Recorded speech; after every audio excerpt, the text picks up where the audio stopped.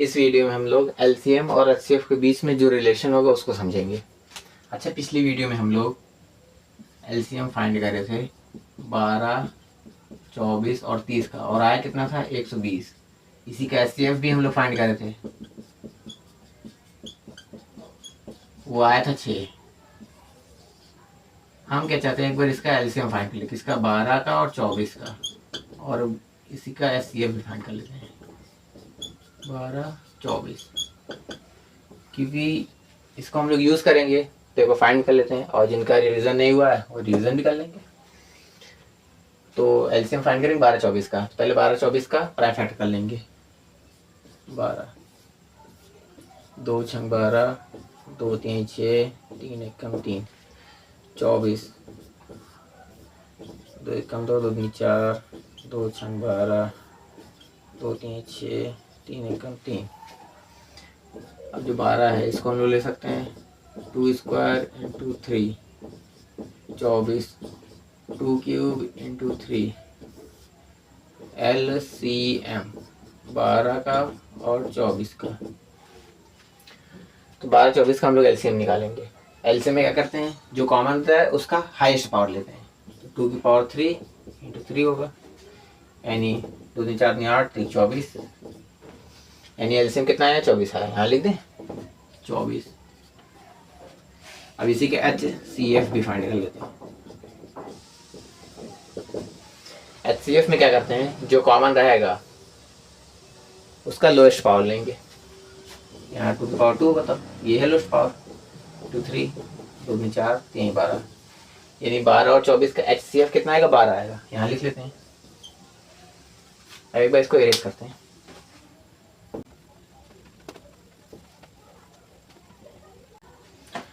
अब जो ये फाइंड करें हैं, क्या इसको हम लोग इस तरह लिख सकते हैं 12 इंटू 24, फिर इसी का एलसीएम, मतलब एलसीएम 12 का और 24 का, इसी मल्टीप्लाई कर देते हैं इसी का एचसीएफ से 12 और 24 का।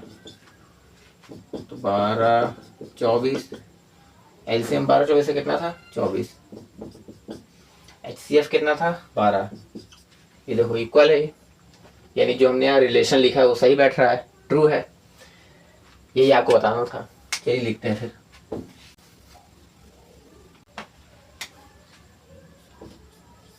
If A and B are positive integers,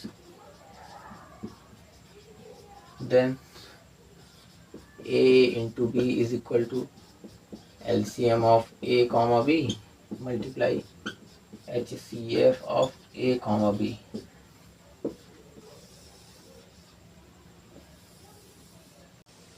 है ना, हम लोग इसको प्रूफ भी कर चुके हैं अभी।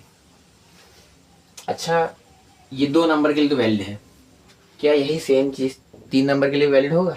मतलब मान लो अगर यहाँ लिखा हो, इसको हटाओ, इसको तो अलग से लिखो पहले। मतलब मैं ये कह रहा हूँ A into B into C LCM of A into B, sorry A comma B comma C, इसी का HCF A comma B comma C. जैसे ये 2 नंबर के लिए वैलिड था, ट्रू था, क्या वैसे ही 3 नंबर के लिए भी वैलिड होगा, ट्रू होगा? तो इससे चेक कर लेते हैं। अगर A को 12 मान लें, B को 24 और C को 30, 12, 24 और 30, इसी का एलसीएम किसका 12, 24 और 30, इसी का एचसीएफ 12, 24 और 30। तो 12 चौक 48, 4 12 24, 25 26 27 28 30, इसका एलसीएम कितना था 120, HCF 6, 0 3 8 24, 3 8 24 25 26, 3 6 7 8, 12 5 12 6 72।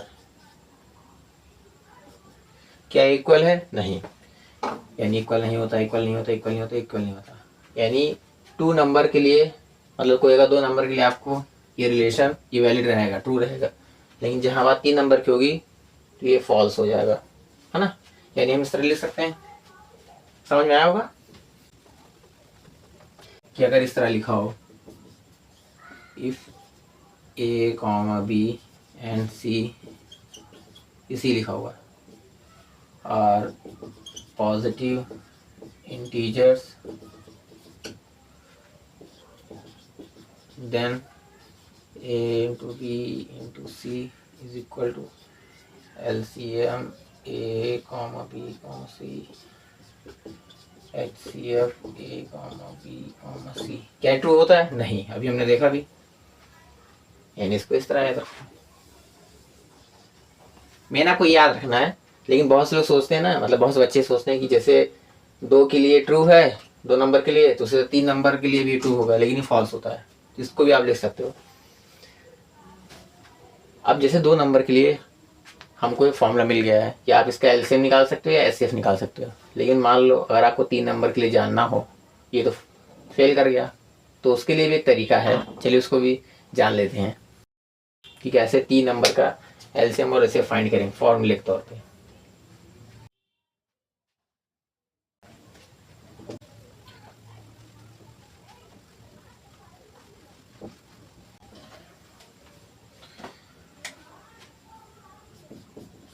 If A comma B and C are positive integers,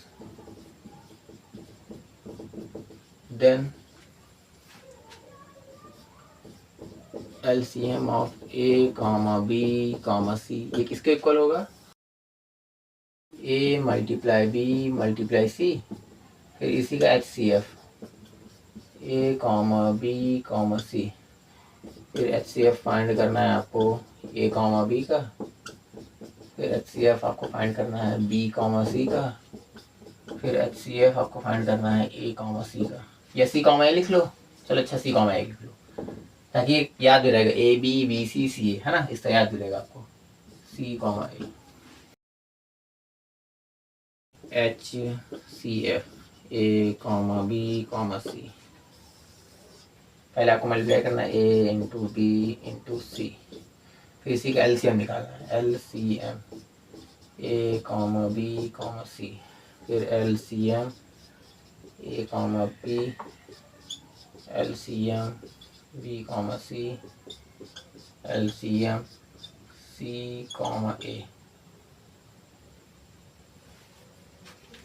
तो अगर मान लो 3 नंबर दिया गया है, उसका आपको एलसीएम फाइंड करना है और आपको एचसीएफ फाइंड करना है, तो ये फॉर्मूला लगा दोगे। देखो एलसीएम है तो इसी 3 नंबर का पहले मल्टीप्लाई करो, फिर इसी 3 नंबर का आप यहाँ एचसीएफ फाइंड करो। अब यहाँ एचसीएफ है तो यहाँ फिर 2 नंबर का एचसीएफ फाइंड करो, HCF A B HCF B C HCF C A.